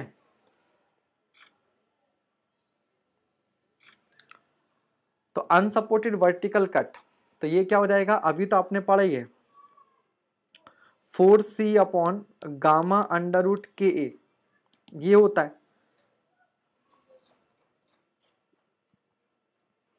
ठीक है। तो 4c अपॉन गामा, अब के ए क्या होता था, के होता था आपके पास 10² 45 माइनस 5/2, तो बन जाएगा 10 45 माइनस 5/2, ऊपर जाकर यही फॉर्मूला अगर आप बनाएंगे तो क्या बन जाता है, 10 45 प्लस 5/2 बन जाता है, तो 10 45 प्लस 5/2 हो जाएगा, ठीक है। तो आंसर क्या हो जाएगा इसका, डी हो जाएगा, आंसर क्या हो जाएगा, डी हो जाएगा। अगला सवाल, the coefficient of earth pressure at rest is given in, coefficient of earth pressure at rest, अभी तो हमने किया इस पर न्यूमेरिकली कर लिया हमने, म्यू अपॉन 1 माइनस म्यू, है ना, म्यू 1 अपॉन म्यू 2 इंटू ये वाला जो हमने किया था अभी, तो म्यू अपॉन 1 माइनस म्यू हो जाएगा,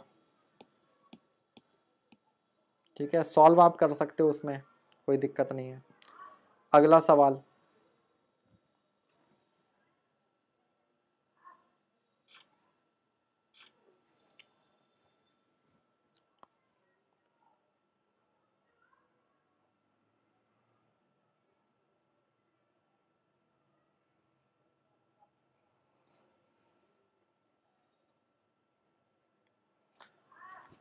इसको कीजिए भैया।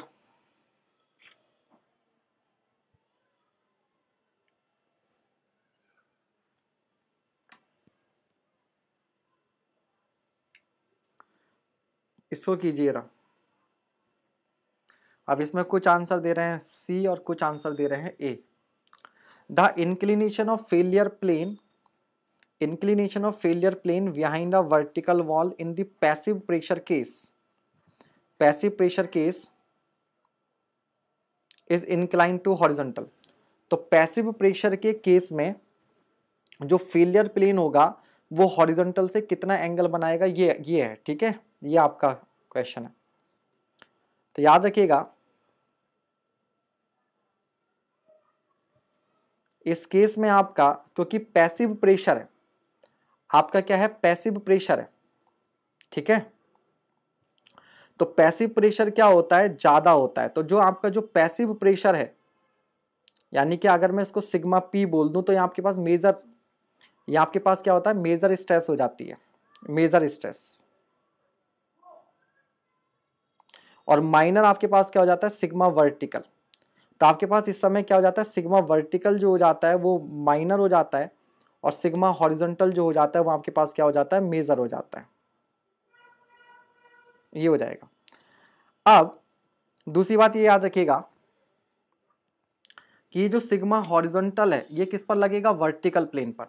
ये किस पर लगेगा, वर्टिकल प्लेन पर।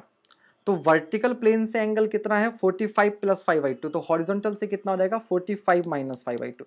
तो इसका आंसर सी नहीं होगा, इसका आंसर क्या होगा, आपका ए होगा। इसका आंसर क्या होगा, ए होगा। ये बात कितनों को समझ में आई? क्योंकि याद रखिएगा कौन सा केस दिया हुआ है, पैसिव। तो आपको ये बताया था कि आपको बस इतना याद रखना है कि मेजर प्लेन से जो एंगल होता है, मेजर प्रिंसिपल स्ट्रेस से जो एंगल होता है वो 45 + 5/2 होता है मेजर से। तो माइनर से कितना होगा, 45 - 5/2 होगा। अब यहां पर जो हॉरिजॉन्टल स्ट्रेस है वो किस पर लगेगी, वर्टिकल प्लेन पर। हॉरिजॉन्टल स्ट्रेस किस पर लगेगी, वर्टिकल पर। This plane is vertical plane, this plane is vertical plane. और जो स्ट्रेस है वो क्या है, हॉरिजॉन्टल है। और ये कौन सी है, पैसिव है। और ये क्या है, मेजर है। ये क्या है, मेजर है। जबकि जो वर्टिकल प्लेन है, जो हॉरिजॉन्टल प्लेन है, इस पर जो स्ट्रेस लगेगी वो क्या लगेगी, वर्टिकल स्ट्रेस लगेगी, वर्टिकल स्ट्रेस, ठीक है। और ये किसके बराबर होगी, माइनर के बराबर होगी, ठीक। तो अगर आपको हॉरिजॉन्टल प्लेन से एंगल निकालना है तो कौन सी स्ट्रेस लेनी पड़ेगी, ठीक है, माइनर वाली, माइनर वाली। तो एंगल क्या रहेगा, 45 - 5/2। ये बहुत डिटेल में पहले भी आपको डिस्कस किया गया। सेम कॉन्सेप्ट पर एक क्वेश्चन फिर से ये है, सेम क्वेश्चन, सेम कॉन्सेप्ट पर दूसरा क्वेश्चन।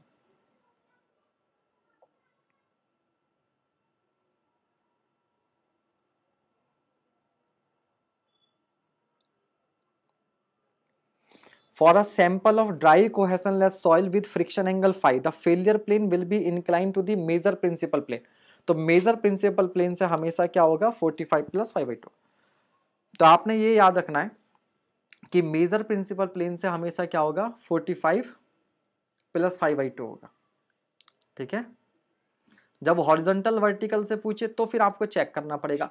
तो बेसिकली ट्रिक यही है कि आप इसको याद रखो कि मेजर से 45 + 5/2 है। अब मेजर अगर एक्टिव वाला केस है, अगर एक्टिव प्रेशर है, अगर आपका प्रेशर क्या है, एक्टिव प्रेशर का केस बनता है, तो जो मेजर प्रिंसिपल स्ट्रेस होगी वो वर्टिकल होगी और कहाँ लगेगी, हॉरिजॉन्टल प्लेन पर। तो उस केस में 45 + 5/2 ही हो जाएगा, ठीक है।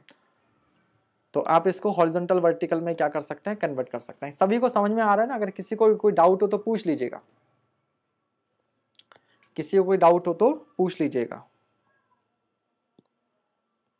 सिग्मा 1, सिग्मा 2 ये मोहर सर्किल बनाते थे। ये मान लीजिए फेलियर प्लेन था हमारे पास, ये हमारे पास फेलियर प्लेन था। तो ये वाला जो एंगल होता था, दिस एंगल इज 45 + 5/2, यही तो होता था, ठीक है। और ये क्या है आपका मेजर, ठीक है। ये क्या हो गया, मेजर। तो मेजर से एंगल कितना है, 45 + 5/2। तो माइनर से एंगल कितना होगा, 45 - 5/2।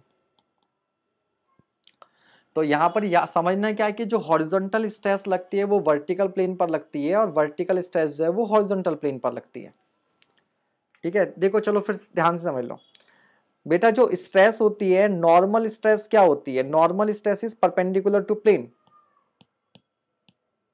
नॉर्मल स्ट्रेस जो होती है इज परपेंडिकुलर टू प्लेन, यही तो होती है ना।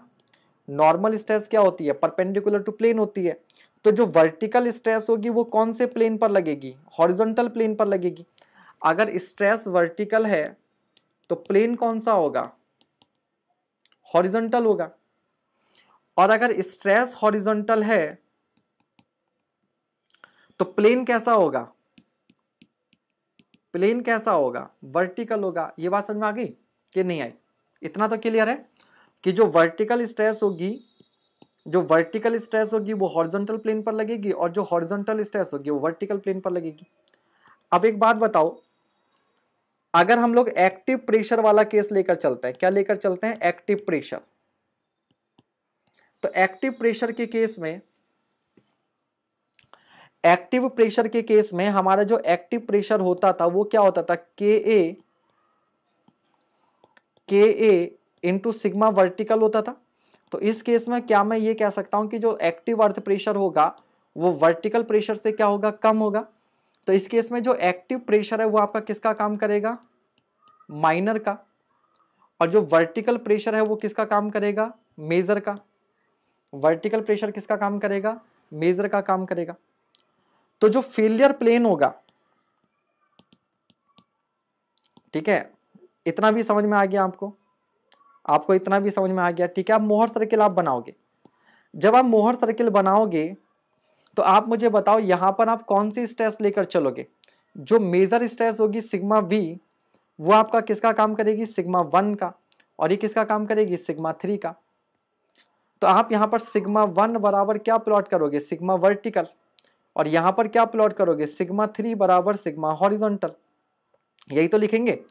अब ये बताओ, अभी आपको बताया फेलियर एंगल जो होगा, दिस एंगल इज 45 प्लस 5/2। तो इस केस में जो 45 प्लस 5/2 का एंगल बन रहा है, इस केस में जो 45 प्लस 5/2 का एंगल बन रहा है वो किससे बन रहा है? मेजर प्रिंसिपल स्ट्रेस यानी कि सिग्मा 1 से। लेकिन सिग्मा 1 क्या है? Sigma vertical. और ये सिग्मा वर्टिकल कौन से प्लेन पर लग रही होगी? Horizontal plane. यानी कि जब मैं स्ट्रेस की बात करूंगा तो स्ट्रेस तो क्या लग रही होगी? वर्टिकल। लेकिन बेटा प्लेन तो हॉरिजॉन्टल होगा ना। प्लेन तो क्या होगा? हॉरिजॉन्टल। तो मैं क्या बोलूंगा कि 45 प्लस 5/2 का एंगल किससे है? हॉरिजॉन्टल से। तो जो फेलियर प्लेन है वो हॉरिजॉन्टल से 45 प्लस 5/2 का एंगल 45 प्लस 5/2 का एंगल बना रहा है हॉरिजॉन्टल प्लेन से। ठीक है, क्लियर हो गया? नाउ अगर इसी के बजाय अगर ये आपका पैसिव प्रेशर का केस होता, कौन सा केस होता? पैसिव प्रेशर का। तो पैसिव प्रेशर के केस में जो सिग्मा पी होता है वो कितना होता है? केपी इंटू सिग्मा वर्टिकल होता है क्या? और इस केस में जो सिग्मा पी होता है ये सिग्मा वर्टिकल से ज्यादा होता है। ठीक है, तो इस बार सिग्मा पी क्या हो जाएगा आपके पास? मेजर। और सिग्मा क्या हो जाएगा? माइनर। अब मुझे बताओ ये जो सिग्मा पी यानी कि जो मेजर है वो कौन से प्लेन पर लग रहा है? वर्टिकल पर लग रहा है, क्योंकि ये हॉरिजॉन्टल होता है ना भाई। सिग्मा पी क्या होता है? ये हॉरिजॉन्टल ही तो होता है, सिग्मा हॉरिजॉन्टल। तो सिग्मा हॉरिजॉन्टल किस पर लग रहा है? वर्टिकल प्लेन पर। किस पर लग रहा है? वर्टिकल प्लेन पर। अब हम जब दोबारा से मोहर सर्किल बनाओगे तो इस बार सिग्मा 1 आपका क्या है? Sigma 1 is equals to sigma horizontal. और सिग्मा 3 क्या है? सिग्मा वर्टिकल के बराबर। अब अगर स्ट्रेस हॉरिजॉन्टल है तो प्लेन कैसा होगा? वर्टिकल ना होगा? बताओ मुझे, अगर स्ट्रेस हॉरिजॉन्टल है तो प्लेन कैसा होगा? वर्टिकल। तो यानी कि इस बार जो ये एंगल 45 प्लस 5/2 का है वो किससे बनना है? वर्टिकल से बनना है। तो अगर वर्टिकल से 45 प्लस 5/2 है तो हॉरिजॉन्टल से कितना बनेगा? 45 माइनस 5/2। तो पैसिव के केस में हॉरिजॉन्टल से 45 माइनस 5/2। ठीक है, और एक्टिव के केस में 45 प्लस 5/2।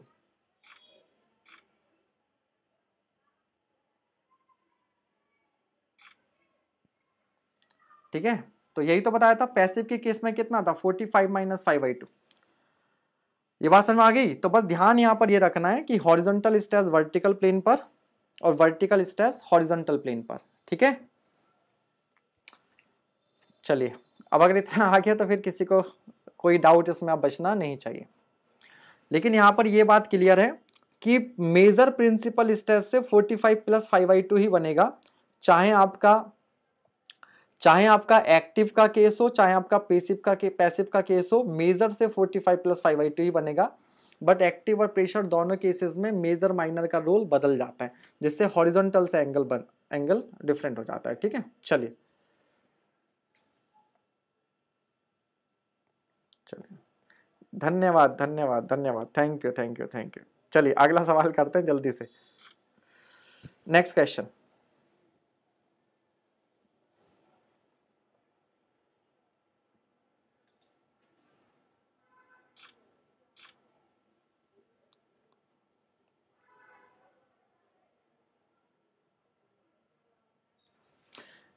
जैसा कुछ और 8-10 क्वेश्चन और है, फाउंडेशन के निपटा देते हैं इन्हें भी फटाफट। ठीक है, 9:30 तक कर लेते हैं आज class.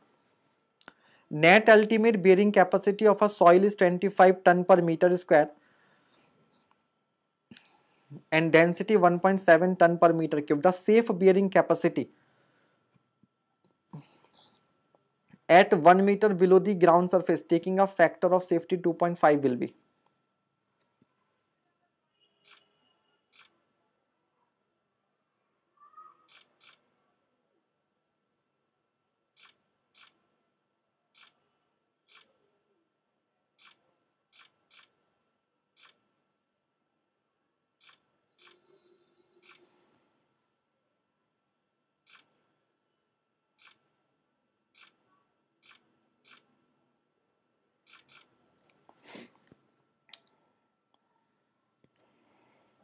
The net ultimate bearing capacity of a soil is net ultimate bearing capacity QNU आपको दे रखा है। ठीक है, QNU आपको दे रखा है। डेंसिटी दी हुई है, द सेफ बियरिंग कैपेसिटी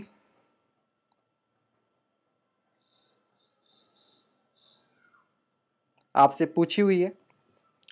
तो Q सेफ बराबर क्या होता है, Q net safe plus gamma DF होता है। ठीक है, गामा DF होता है।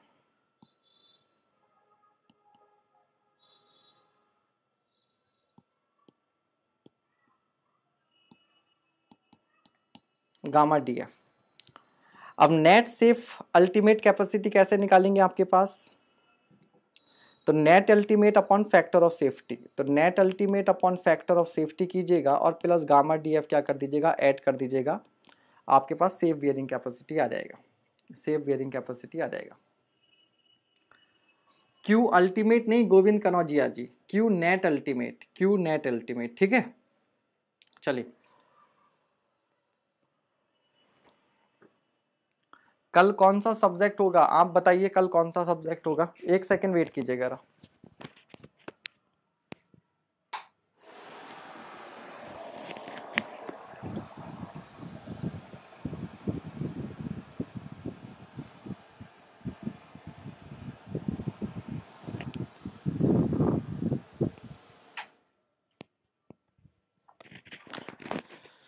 चलिए मैंने क्वेश्चंस का अंदाज़ा गलत लगा लिया था, अभी काफ़ी क्वेश्चन है क्योंकि फाउंडेशन वाला पार्ट पूरा रह जाता है। अभी अभी आपका सैलो फाउंडेशन पाइल फाउंडेशन पूरा बच जाता है।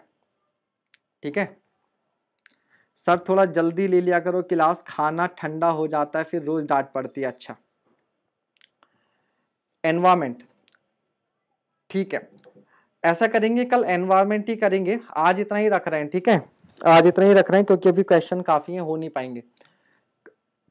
कल एक काम करते हैं, एनवायरमेंट रख लेते हैं, लेकिन एनवायरमेंट से पहले शुरू के 30 मिनट्स में कल शुरू के 30 मिनट्स में आपके पहले फाउंडेशन के क्वेश्चन होंगे। ठीक है, स्टार्टिंग के 30 मिनट में पहले हम लोग कल क्या करेंगे, फाउंडेशन के क्वेश्चन करेंगे और उसके बाद में फिर हम लोग क्या कर लेंगे, एनवायरमेंट कर लेंगे। पढ़कर आप लोग आना, ठीक है, पढ़कर आप लोग आना।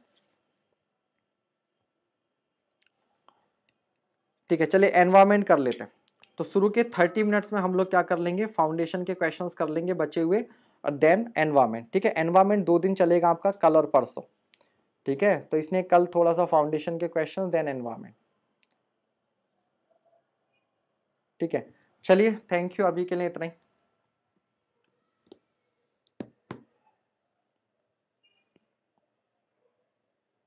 हाँ ऐसा कर लेते हैं, कल एनवायरमेंट, हाँ ठीक, कल आप एनवायरमेंट पढ़ के आओ वाटर ट्रीटमेंट तक पूरा, कल पूरा वाटर ट्रीटमेंट पढ़ कर आओ और परसों हम लोग कर लेंगे waste water.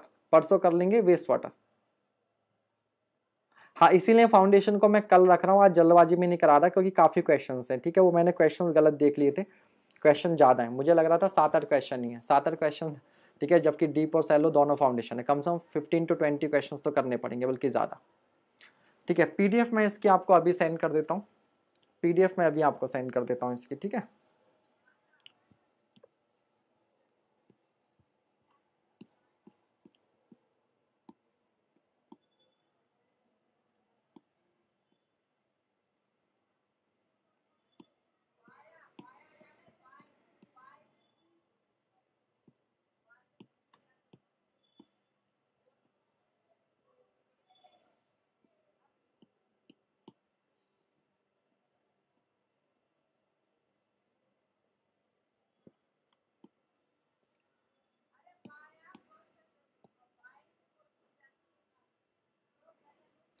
Actually Praveen sir बाहर गए हुए हैं, आज आगे होंगे, कल से आपकी क्लासेस होने लगेंगी नॉन टेक की भी, ठीक है, नॉन टेक की भी।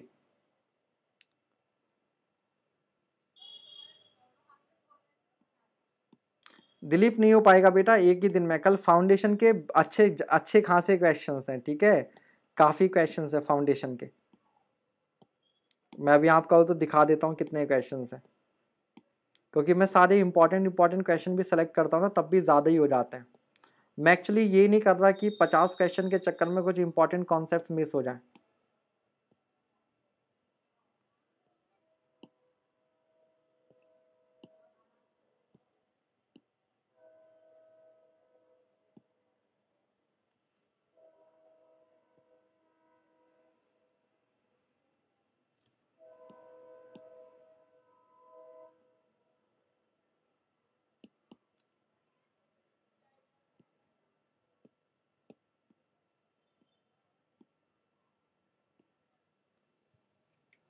चलिए, thank you all, good night everyone.